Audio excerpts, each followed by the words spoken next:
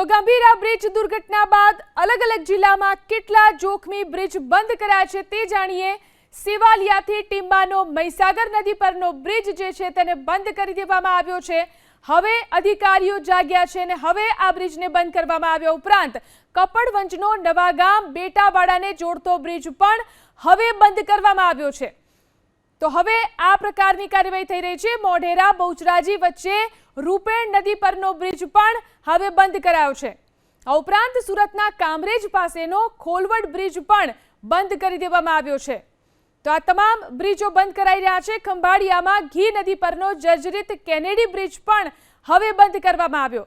હવે અધિકારીઓ રહીને જાગ્યા છે। આ દુર્ઘટના બની પછી છોટાઉદેપુરમાં જબુગામ બોડેલી બ્રિજ પણ ભારે વાહનો માટે બંધ કરવામાં આવ્યો છે। તો આ પ્રકારની કાર્યવાહી ચાલી રહી છે। ગાંધીનગરના રાયપુર પાસેના બ્રિજ ઉપર ભારે વાહનોની પ્રવેશબંધીની અમલવારી માટે પોલીસ ગોઠવી દેવામાં આવી છે। હવે આ પ્રકારની કાર્યવાહી ગંભીરા બ્રિજ દુર્ઘટના બાદ શરૂ થઈ છે।